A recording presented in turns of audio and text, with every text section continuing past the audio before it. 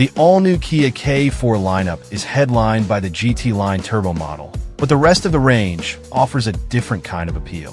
4 out of the 5 K4 variants are powered by a non-turbo engine, making up the majority of the lineup. Instead of the GT Line Turbo's 190 horsepower, turbocharged 1.6-liter 4-cylinder engine paired with an 8-speed automatic transmission, which we tested earlier this year. The non-turbo models feature a more modest 147 horsepower, 2.0-liter I-4 engine coupled with a continuously variable automatic transmission, CVT. Having been impressed by the GT Line Turbo during the 2025 Car of the Year competition, where it earned a finalist spot alongside the highly refined, newly updated Honda Civic, we were eager to see how the less powerful K4 models measure up. No turbo? No big deal mostly. The new K4 sedan stands out with its striking, sleek design, presenting a long, low profile that differentiates it from the more traditional styling of competitors like the Honda Civic, Toyota Corolla, and Volkswagen Jetta. Not to mention the Kia Forte, which it replaces. Even the top-tier, most powerful GT Line Turbo version, priced at $31,345, remains affordable while delivering an impressive array of features. In a head-to-head comparison, it held its own against the quicker, more polished Honda Civic Hybrid. Opting for the non-turbo versions lowers the starting price to a very accessible $23,145, and the trade-off isn't as significant as you might expect. However, we haven't yet had the opportunity to fully test most of these lower-price variants. For this review, Kia provided a fully loaded non-turbo GT Line model priced at $28,345, including a $2,000 premium package, alongside the GT Line Turbo we previously evaluated. While this version includes the 2.0-liter engine that powers the lower trims, LX, LXS, and EX, its GT Line-specific features prevent it from being a perfect representation of the base models. Much like its turbocharged counterpart, the non-turbo GT Line benefits from a sport-tuned suspension with a multi-link independent rear setup, as opposed to the simpler twist-beam axle on non-GT Line trims. 18-inch wheels fitted with acoustic foam-filled tires to reduce road noise and a quicker steering ratio. When fully equipped, it also features acoustic windshield glass and nearly all the amenities of the GT Line Turbo. Visually, the two GT Line models are nearly indistinguishable, with the non-turbo version featuring silver accents on its wheels, whereas the turbo opts for fully black rims. Our K4 review remains incomplete for now, as this evaluation focuses solely on the 2025 K4 GT Line 2.0-liter model. The good news for buyers considering a non-turbo K4 is that this version's powertrain, shared across most of the lineup, performs admirably, and its CVT delivers a surprisingly smooth experience. The GT Line adds a notable upgrade over lower trims: steering wheel paddle shifters that allow manual control of the CVT's simulated gear ratios. These shifts are unexpectedly quick and enjoyable.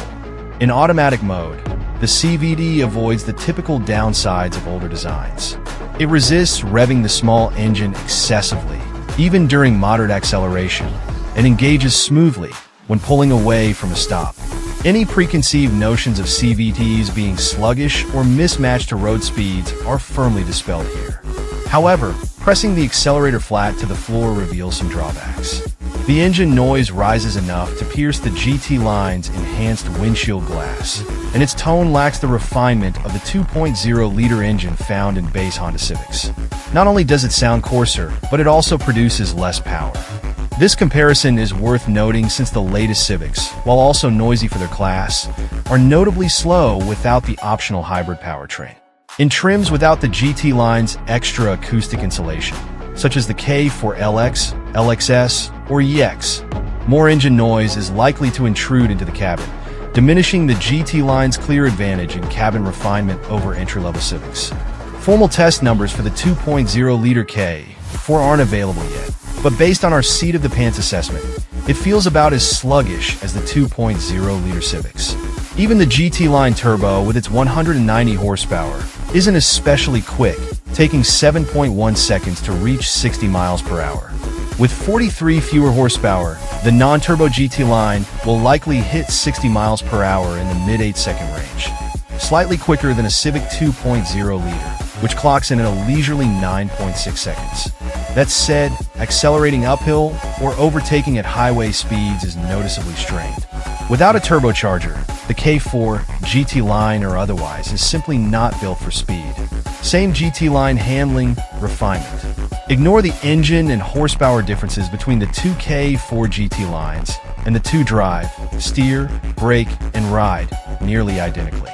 The Turboless GT line steering is a hair more pleasant, too, with a lighter action requiring less muscle to turn than the Turbo's wheel. Otherwise, the brake pedal is just as firm and satisfying to press here, and the less powerful K4 darts into corners with the same stable feeling. You can amp up the responses slightly by pressing the drive mode button on the steering wheel and switching from normal to sport mode, which weights up the steering and instructs the transmission to hold lower ratios. Regardless, the Kia has a big car feel, which makes sense, given it's physically larger than anything else in the compact sedan class. It also means that the tuning is sporty without nearing flinty. Ride quality seems to have been prioritized as much as ultimate handling. A good trade-off, we think, for a car like this. Bumps are soaked up without drama, and we're inclined to repeat Kia's crack that the K4 drives more like a mid-size car than a compact. Great package, great value. The K4 size is put to great use beyond its arresting looks. Backseat passengers enjoy a class-leading 38 inches of legroom, and headroom is quite good too. Kia also one-ups Honda by fitting every K4 with dual rear-seat USB-C ports. No Civic has even one back there, as well as air vents on higher trims, again, something no Civic offers. The trunk can swallow a solid 14.6 cubic feet of goods via a wide, rectilinear opening. Are these necessary features if, say, you're planning to use your K4 for Uber or Lyft duty? Perhaps not, but you want 5 stars, don't you? Up front, the K4 is seriously impressive, outdoing the entire compact class with a standard 12.3-inch touchscreen that shares a gorgeous curved glass enclosure with a digital gauge pod. Lesser K4S gets slightly different gauge pod layouts, but they're all digital. On the GT line, the all-in setup is stunning, matching what you'll find in the larger Kia K5 and other Hyundai Kia products. It's an unexpected touch for something at this price point, and it mostly works well. Our only complaint carries over from the GT line Turbo. The little section of display space allocated to the HVAC buttons and the current set cabin temperature readouts shyly hangs out behind the steering wheel's rim, invisible to the driver. To fire up the defroster or change fan settings, you'll need to lean to your right to see them. Changing temperatures is easier. Physical up-down rocker switches lower on the dash are highly visible, and when manipulated, your temperature changes register via pop-ups on the touchscreen. That screen includes wireless Apple CarPlay and Android Auto on every K4 too.